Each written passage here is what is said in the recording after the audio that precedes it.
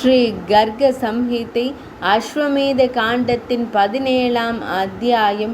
பெண்களின் ராஜ்யத்தின் மீதான வெற்றியும் அனிருத்தனின் அன்பிற்குரியவளாக ஆவதற்காக கன்னி ராணி சுரூபா துவாரகைக்கு வருகை தந்ததும். ஸ்ரீ கர்கமாமுனிவர் கூறினார்.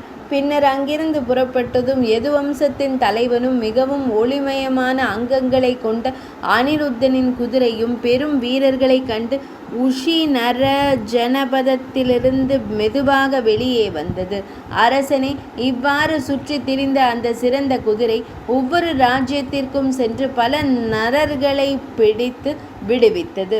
இந்திரநீல மன்னனும் ஹேமாங்கதனும் தோற்கடிக்கப்பட்டதை கேள்விப்பட்ட மண்டலங்களின் மற்ற மன்னர்கள் தங்கள் இடத்திற்கு வந்தனர். ஆனால் அந்த குதிரையை பிடிக்க துணியவில்லை. அரசர்களிலேயே சிறந்தவரே வீரர்கள் அற்ற பல தேசங்களுக்கு சென்று வந்த பின்னர் அந்த சிறந்த குதிரை மனமுவந்து அலைந்து திரிந்து பெண்களின் ராஜ்யத்தை அடைந்தது. அங்கே சுரூபா என்ற அழகிய இளவரசி ஆண்டு வந்தாள். அங்கே எந்த ஆண் அரசனும் நிலைத்திருப்பதில்லை என்று கூறப்படுகிறது. வஜ்ரநாபனே, அந்த தேசத்தில் ஒரு பெண்ணை கண்டு அவளை காமத்தோடு பயன்படுத்தும் எவரும் ஓராண்டிற்கு பின்னர் உயிர் வாழ்வதில்லை. ஸ்திரீ ராஜ்ய நகரத்தில் மலர்கள் நிறைந்த ஒரு அழகான தோட்டம் இருந்தது. அங்கே கிராம்பும் கொடிகளும் படர்ந்து ஏலக்காயின் நறுமணம் பரவியிருந்தது. அங்கே பறவைகள் மற்றும் தேனீக்களின் இனிய கூவல்கள் எதிரொலித்தன. நகரத்தை அடைந்ததும் குதிரை தோட்டத்தில் இருந்த ஒரு புளிய மரத்தின் கீழ் நின்றது. அங்கிருந்த பெண்கள் அனைவரும் அங்கே ஒரு அழகான கருமையான குதிரை நிற்பதை கண்டனர். பிராமணர்கள், சத்திரியர்கள், வைசியர்கள் மற்றும் சூத்திரர்களும் அதை காணச் சென்றனர்.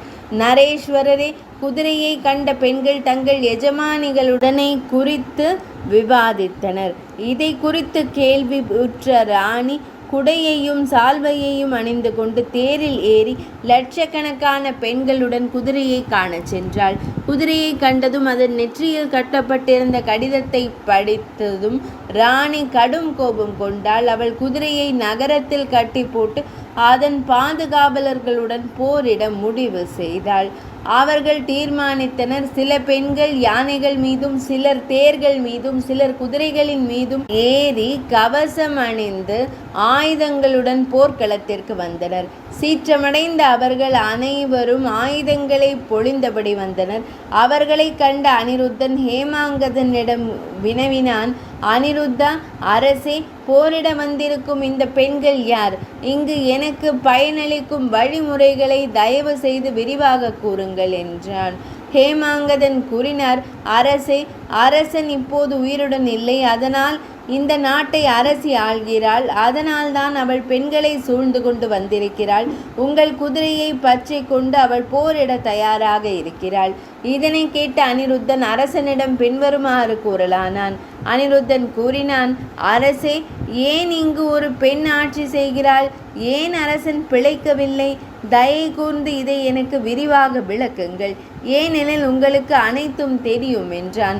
அனிருத்தனின் இந்த வார்த்தைகளை கேட்ட மன்னன் ஹேமாங்கதன் தன் குருவான யாக்ஞவல்கியரின் தாமரை திருவடிகளை தியானித்தவாறே, யாதவேந்திரரே, சம்பாபுரியில் குருவர் யாக்ஞவல்கியரின் வாக்கிலிருந்து நான் முதலில் செவிமடுத்த இந்த விஷயத்தின் பழம்பெரும் வரலாற்றை தமக்கு கூறுகிறேன். கவனமாக கேட்பீராக என்றான்.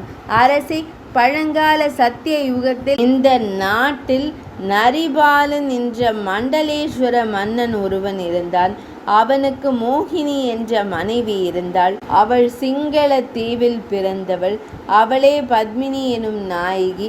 அவளது நடை அன்னத்தைப் போலவும் முகம் முழு நிலவைப் போலவும் அழகாக இருந்தது. மன்னன் அவளது அழகில் மூழ்கி போனதால் பகல் பொழுது கழிவதை கூட அவன் கவனிக்கவில்லை. அந்த இரவு எப்பொழுது முடிந்தது? அவன் நூற்றுக்கணக்கான ஆண்டுகளாக அவளுடன் தன் உறவை அனுபவித்து வந்தான். அவனது காம இச்சையின் காரணமாக அவன் தன் குடிமக்களுக்கு நீதி கூட வழங்கவில்லை. அரசே, அக்காலத்தில் மக்கள் அனைவரும் துன்பப்பட்டு கொண்டிருந்தனர். யாதவேஸ்வரரே, பரஸ்பர சண்டையால் மக்கள் அழிவதைக் கண்டு ராஜவல்லப மோகினி தன் சக்திகளுக்கு ஏற்ப மக்கள் அனைவருக்கும் தானே நீதி வழங்கத் தொடங்கினாள். ஒரு நாள் மகா முனிவரான அஷ்டவக்ரர் அந்த அரசனை அவனது அந்தரங்க அறையில் சந்திக்க வந்தார். அரசனின் இதயம் எப்போதும் பெண்களிடமே மூழ்கி இருந்தது.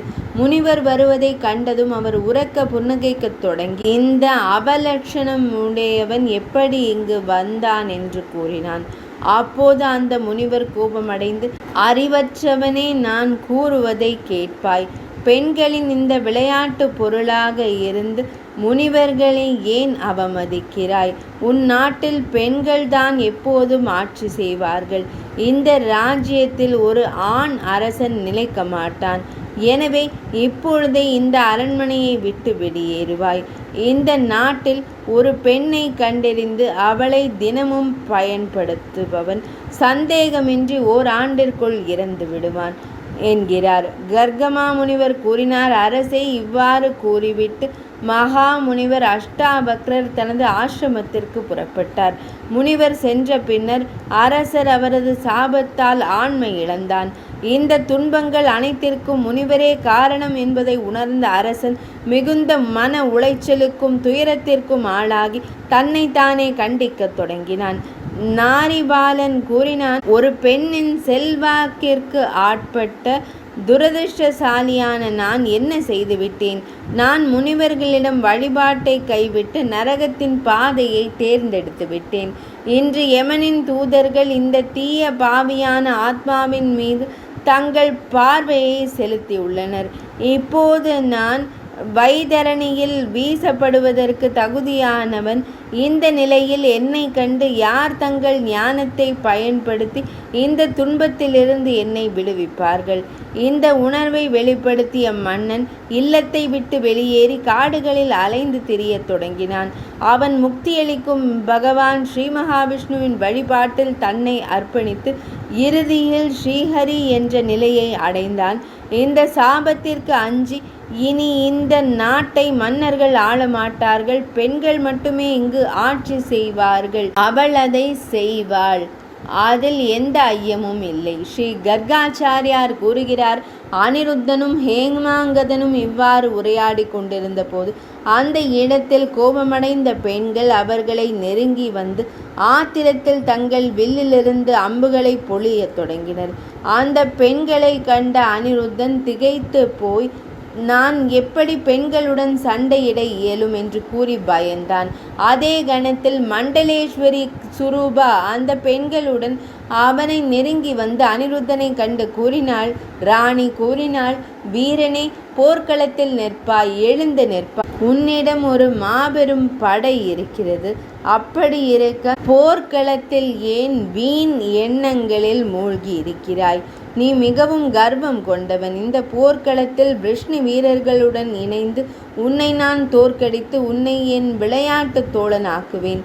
ஏனெனில் உன்னை கண்ட காட்சி என்னை மையல் காய்ச்சலால் பீடித்துவிட்டது. இதை கேட்ட அனிருத்தன் அச்சத்தால் பீடிக்கப்பட்டான். அவன் எல்லாவற்றையும் அறிந்திருந்தான். மண்டலேஸ்வரியிடம் பணிவான குரலில், அரசியே, தேவர்கள் அனைவருக்கும் அதிபதியான பகவான் ஸ்ரீ கிருஷ்ணச்சந்திரனின் குதிரையை யாகத்திற்காக உங்கள் சுய விருப்பத்தின் பேரில் என்னிடம் திருப்பி தாருங்கள். சுமுகியே, நான் தங்களுடன் போர் செய்ய மாட்டேன்.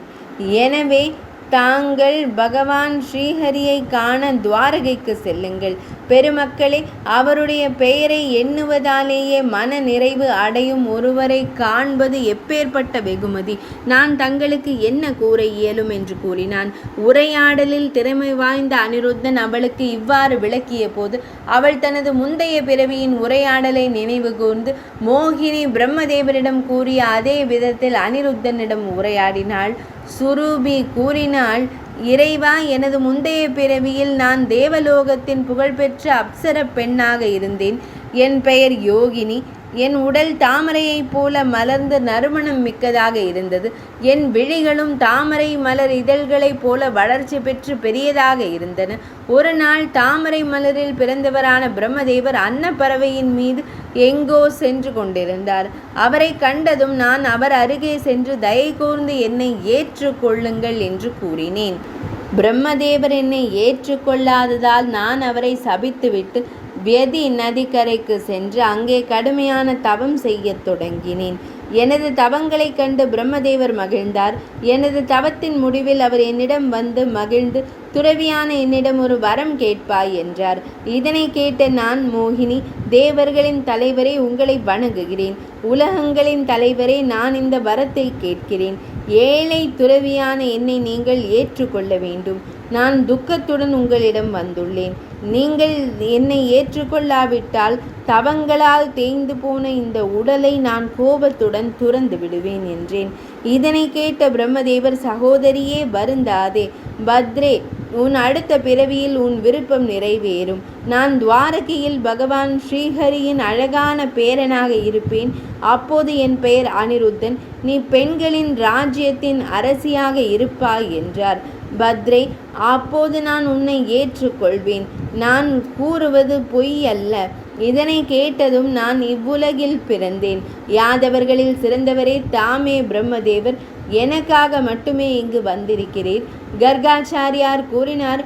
சுரூபகனின் இந்த கூற்றை கேட்டு யாதவர்கள் அனைவரும் ஆச்சரியம் கொண்டனர். பின்னர் நீதிமானான அனிருத்தர் அவளிடம் இந்த தூய வார்த்தைகளை கூறினார். அனிருத்தர் கூறினார், பத்ரே, ஸ்ரீ துவாரகைக்கு செல்வாய். அங்கே நான் உன்னை என் அன்பிற்குரியவளாக ஏற்றுக்கொள்வேன். இப்போதைக்கு நான் குதிரையை அரசர்களிடமிருந்து பாதுகாத்து கொண்டு அதனுடன் செல்கிறேன். அதன் பின்னர் அனிருத்த மன்னனின் கட்டளைப்படி சுரூபா தனது சிறந்த அமைச்சரான பிரமீளாவை ராஜ்யத்தில் நியமித்து தனது குதிரையை திருப்பி கொடுத்துவிட்டு தானும் துவாரகைக்கு திரும்பினார். இது ஸ்ரீ கர்க சம்ஹிதையின் அஸ்வமேத காண்டத்தில் உள்ள பெண்களின் ராஜ்யத்தின் மீதான வெற்றி என்ற தலைப்பு கொண்ட 17ஆம் அத்தியாயம் இனிதே நிறைவடைந்தது.